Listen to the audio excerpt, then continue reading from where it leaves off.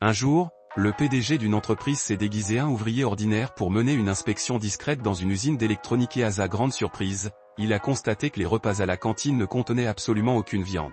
Les ouvriers semblaient habitués à cette situation, et personne n'osait protester. Intrigué, le PDG a immédiatement demandé au cuisinier pourquoi seuls des légumes étaient servis, mais ce dernier l'a ignoré allant jusqu'à lui dire de le dégager. Furieux, le PDG était sur le point d'exploser lorsqu'un ouvrier bienveillant l'a tiré à l'écart pour qu'il s'assoie. Même assis à la table, le PDG ne pouvait s'empêcher de s'indigner. Tandis que les ouvriers lui conseillaient de ne pas faire d'histoire, ils lui ont avoué qu'ils avaient depuis longtemps accepté cette situation et n'avaient jamais eu un repas contenant de la viande. Alors que le PDG voulait comprendre les raisons de cette injustice, le fils du directeur adjoint de l'usine s'est soudain assis près de lui à ce moment précis. Le cuisinier a rapidement apporté un plat de viande pour ce dernier.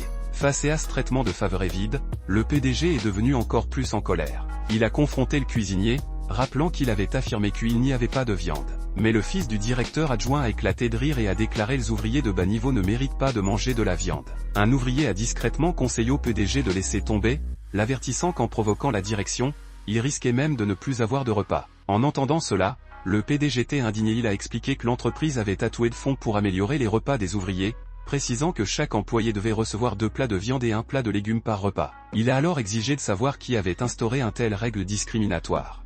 Il a expliqué que comme le siège de l'entreprise était trop éloigné pour superviser l'usine ici où se passait selon ses propres décisions. Irrité par la remise en question de son autorité, il a menacé de donner une leçon au PDG pour l'humilier davantage. Il a jeté un morceau de viande par terre, ordonnant au PDG de se mettre à genoux pour le manger, faute de quoi il serait immédiatement renvoyé. Voyant l'arrogance du fils du directeur adjoint, le PDG a décidé de réagir lentement. Il a retroussé ses manches et l'a frappé sans pitié. Les ouvriers, témoins de la scène, ont trouvé cela extrêmement satisfaisant et murmuraient entre eux, étonnés que quelqu'un ait osé en prendre au fils du directeur adjoint. Une ouvrière a même déclaré que, bien que surprenant, cela faisait plaisir de voir quelqu'un oser lui tenir tête. Les subordonnés du fils se sont précipités pour le relever et ont tenté de s'en prendre au PDG, mais ils ont été intimidés par son aura imposante. Toujours provocateur, le fils du directeur adjoint a ordonné à Zom d'appeler la responsable des ressources humaines. Lorsque la DRH est arrivée, elle a découvert que son propre mari était impliqué dans l'incident. En réalité, elle ignorait que son époux c'était le PDG du groupe.